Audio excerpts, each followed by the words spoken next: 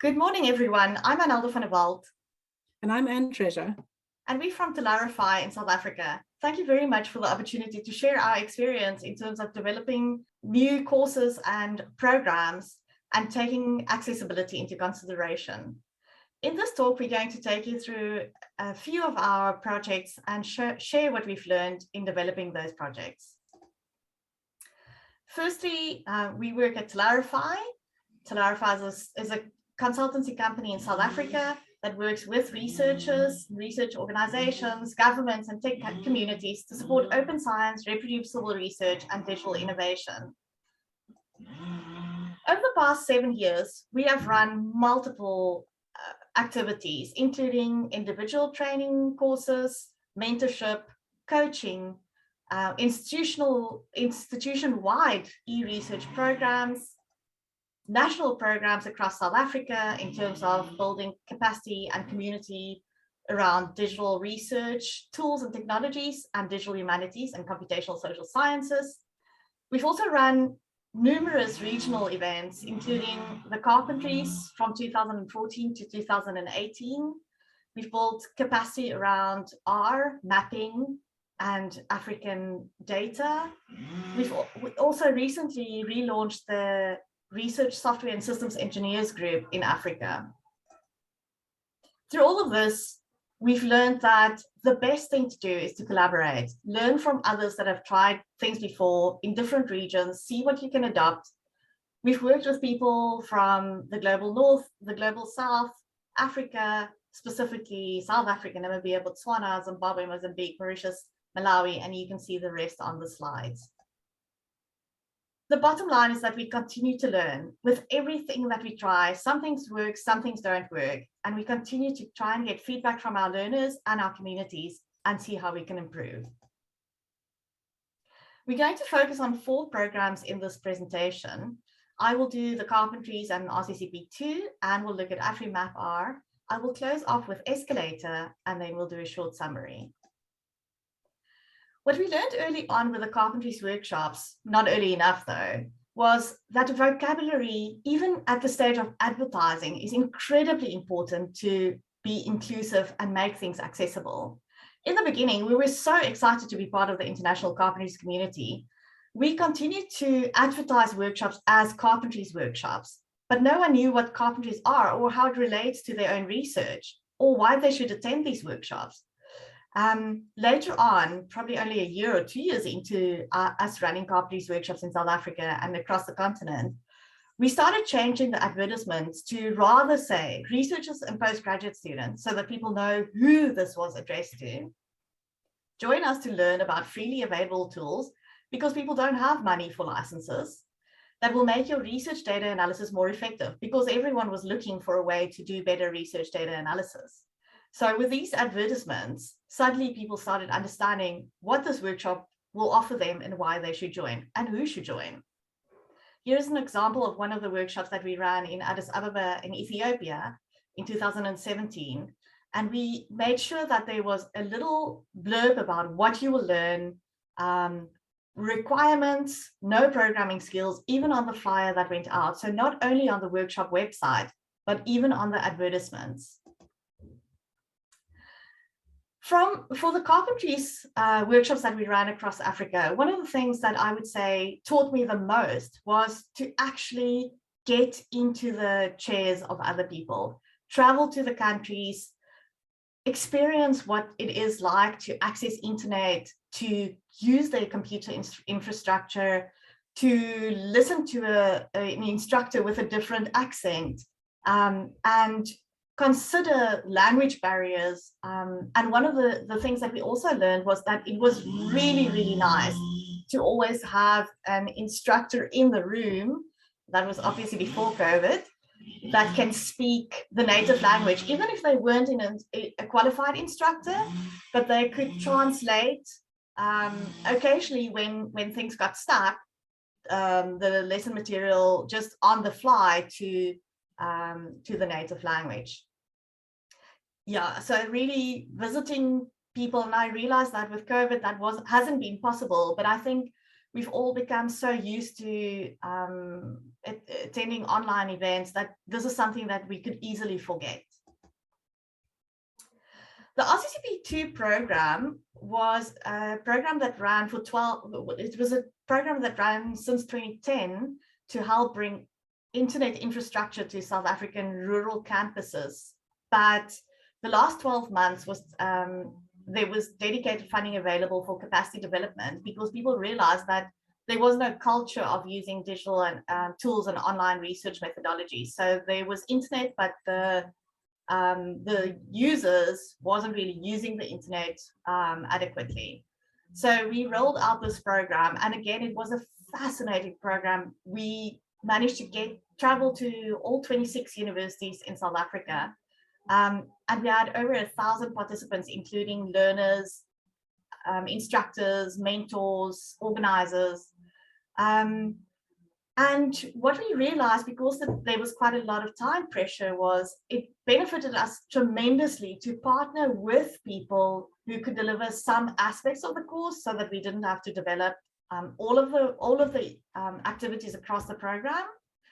We also made extensive use of existing open educational resources, for example, the carpentries, training materials, and their course setups and their instructor base, to make sure that we could deliver something that had already been tried and trusted, and where we could give feedback about how it was working in our environments and with our communities. We also made sure that we got local hosts to assist with arrangements and ensure that catering, venue setup, and all of that was taken care of, not financially, but in terms of the planning and considerations for local restrictions and culture, because we realized that we couldn't possibly understand all the needs that people might have in a specific region or at a specific institution. Another project that we're involved in at Talarify is called AfriMapR, and this is a project that was started in 2020, funded through the Wellcome Trust Open Research Fund. And this project creates our building blocks and learning resources to make it easier to make data-driven maps in Africa. Slide. So for AfriMapR, we ran a 4-hour tutorial at the Use R conference last year in 2021. And the accessibility and inclusivity considerations that we needed to take into account for this included the home languages of the attendees. The original AfriMapR training materials that we have are actually online as interactive tutorials using the R package Learn R. But for this tutorial, we were concerned about the potential for these online tutorials to crash if too many people tried to access them at one time. We also had to take into account the diverse level of skills of attendees, as well as internet and connectivity issues. Slide. So some solutions of how we tried to overcome these challenges included, for the languages, we offered the tutorial in both English and French. We realized that there are many more languages spoken by the attendees, but for Africa, covering at least English and French would make it a lot more accessible than just with English. We had 2 teaching rooms on Zoom, one for English and one for French. Both rooms had instructors and helpers speaking each language, and all the course materials were translated into French as well. To address the concern of the potential for the online tutorials to crash if too many people try to access the Learn R tutorials at once, we rather ran the tutorial in RStudio Cloud, which worked extremely well for us for this tutorial.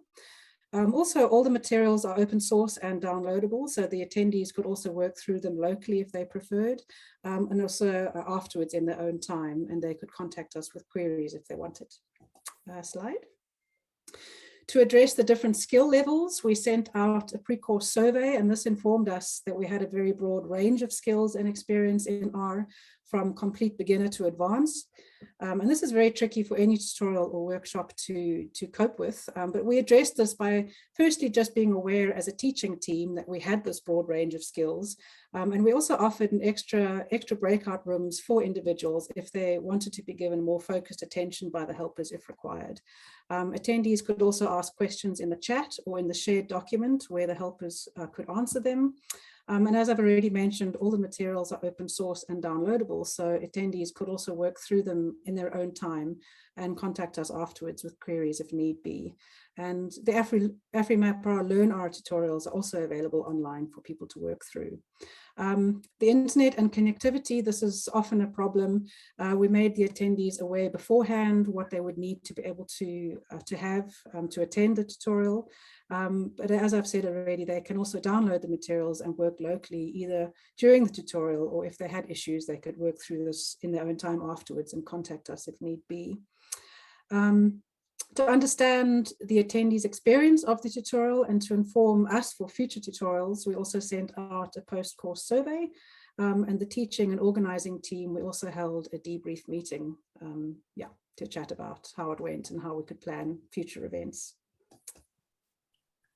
Escalator is a program that aims to develop an inclusive and active community of practice in digital humanities and computational social sciences in South Africa. We very soon realized that this program is targeting an incredibly diverse audience. We're including people who come from humanities and social sciences backgrounds with no or very, very limited prior computational and digital experience. We're also hoping to include very advanced computational researchers, including computational linguists, computer scientists, data scientists, to help grow this community. For this reason, we decided to develop individual tracks that targets the different audiences and try and meet them where they're at. Here you can see the Explorer, Embarker, and Enhancer track. We also have an Enabler track targeting people who are helping others to grow their digital and computational skills, such as librarians, research officers, IT staff. Educator, helping people to grow, to develop open educational resources, which is very limited in South Africa in terms of digital humanities and computational social sciences. The Empower track specifically focusing on making sure that women comes along on this journey in digital and computational skills. Executive, making sure that management have information about why they should be supporting their staff. Exchange and Engager is still very much under development and will only launch in 2023. So here are our final thoughts. Sometimes accessibility is achievable without spending money or bringing in consultants or spending much time. Talk to your community, listen to them, they will tell you. If you can, get out of your office, meet your audience in person, engage one-on-one to understand the level of diversity in your community in terms of experience, infrastructure, and more. Surveys don't always give you the full picture. Reuse and partner. Don't try and develop and execute in a silo. There are so much experience and skills available. We hope this talk was useful to you. Our final thought is just respect is one value, if we were all forced to pick one, that designers should have. Respect the user's time, dignity, ability, and means, by Federico Francione. This really is very, very true for designing learning courses, tutorials, and programs that is going to attract people and making promises to people about what they will learn if they join your course or program. Thanks for your time. We look forward to hearing from you. Let us know if you have any questions. All the best. Thank you.